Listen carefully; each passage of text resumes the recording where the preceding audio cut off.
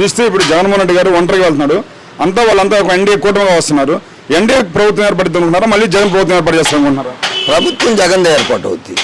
ఎందుకంటే ఇప్పుడు వీళ్ళు వాళ్ళకి మాకు బలం సాలకదనే కదా వాళ్ళందరినీ కలుపుకొని నానా తంటాలు పడి, ఇప్పుడు మోడీ కాడికి పోయి అమిత్ షా కాడికి పోయి కలవడానికి 2 రోజులు చంద్రబాబు నాయుడు అక్కడ పూనుకొని కలుసుకొని వచ్చాడు, అంతేగాని డైరెక్ట్గా ఏమి ఇవ్వలేదుగా.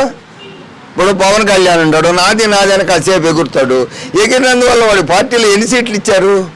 పార్టీలో పొత్తు అంటే సరి సమానంగా ఉండాలి. పొత్తు 3 సీట్లు 2 సీట్లు 30 సీట్లు ఇస్తున్నాం, 3 సీట్లు ఇస్తున్నాం, చివరికి వచ్చాక ఈ తీసి 21 ఇచ్చారు. 21లో కూడా 11 టీడీపీ వాళ్ళు అయ్యాయి, జనసేన వాళ్ళు ఏం కాదు. అట్లాగా ఉన్నప్పుడు ఈ చంద్రబాబు నాయుడు ఏం చేసినా చంద్రబాబు నాయుడు చెప్పినట్టు మాత్రమే వినడానికి మాత్రమే పనికొస్తాడు పవన్ కళ్యాణ్, అంతేగాని పవన్ కళ్యాణ్ సొంత తెలివితోటి సొంతంగా చేసేది ఏం లేదు. చిరంజీవి వచ్చాడు, పవన్ కళ్యాణ్ దేశానికి మేలు చేస్తానన్నాడు, ఏంది ఆయన మేలు చేసేది? చిరంజీవికి సొంతంగా వచ్చిన సీట్లు వస్తేనే నిలబడకుండా దానిపై పార్టీని నమ్ముకున్నాడు చిరంజీవి. ఇవాళ ఆయన వచ్చి మా పవన్ కళ్యాణ్ చేస్తాడు, కోణితల పవన్ కళ్యాణ్ అబ్బా ఎరగదీస్తాడు అన్నాడు. ఏం ఎరగదీస్తాడు? నువ్వు ఎరగదీసిన కొరవ ఆయన ఎరగదీస్తాడు. నీకు వచ్చిన సీట్లు ఏడా ఆయనకే రాలా.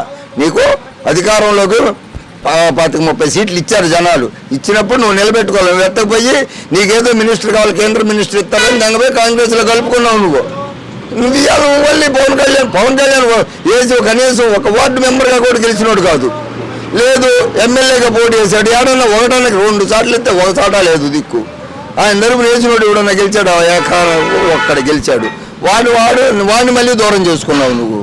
ఇంకా నువ్వు పవన్ కళ్యాణ్ నువ్వు చిరంజీవి వెళ్ళటం, కూటం అనటం, ఈ కూటం కుమ్ములాట ఎందుకు? వీళ్ళంతా మళ్ళీ రేపొద్దున కుమ్ముకొని వస్తారు, వీళ్ళే కుమ్ముకోవాలి. మళ్ళీ రేపొద్దున సీఎం కాడికి వచ్చి తలకి వీడికి తక్కువ సీట్లు వస్తాయి, వాడి సీట్లు కలిస్తే కానీ కదంటే వీడు నాకు సీఎం ఇస్తే కానీ నేను నీకు ఈయన అంటాడు.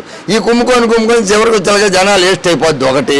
ఇంకొకటి ఏంటంటే జగన్ వచ్చాడు, జనాలకి అందరికీ డబ్బులు ఇచ్చాడు, సోమరిపోతుంది. ఇప్పుడు అదిగో తెలంగాణలో ఫ్రీ బస్సు పెట్టారు, ఆటోలు జుట్లు పట్టుకొని కొట్టుకుంటున్నారు. రేపొద్దు నీళ్ళు కూడా జుట్లు పట్టుకొని కొట్టుకోవాలి. ఇంకా కోకలు గొంతులు గుర్రెలు వేసుకొని బయట తెంగులు వీళ్ళు రావాలా? ఈ బస్సులు నువ్వు వాడు ఫ్రీ చేస్తున్నాడు, వాడు దేశం నాశనం చేశాడంటే నువ్వు చేసింది ఏంటి? నువ్వు 15 సంవత్సరాలు చేసావు, అంతకుముందు 15 సంవత్సరాలు ఒకటన్నా చేయకూడదు. ఏం చేసావు? పలానా నేను చేశాను చూపించే దమ్ము నీ కాళ్ళు లేదు కాబట్టే కదా నువ్వు మాట్లాడుతుంది. ఒక ఇల్లు కట్టించిండా? సరే, టీడీపీ ప్రభుత్వం వచ్చింది, 5 సంవత్సరాలు చేశాడు. ఏమను ఎన్ని కాలనీలు కట్టించాడో చెప్పమను. అంతకుముందు కాంగ్రెస్ ప్రభుత్వం రాజశేఖర రెడ్డి ఉంది, ఇందిరమ్మ కాలనీలను ఎన్ని ఇల్లులు కట్టించారు? ఈ ప్రభుత్వం ఉడికిచ్చాడు, ఉడుకో 4 ఇచ్చారు.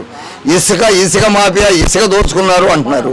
ఇసుకని కదిలిచ్చింది ఎవడు? పెద్ద జీవనదుల్ని దోదలు పెట్టి దోసిచ్చి జీవనదులన్నీ ఎండిపోయినాయి నీ పుణ్యమాని.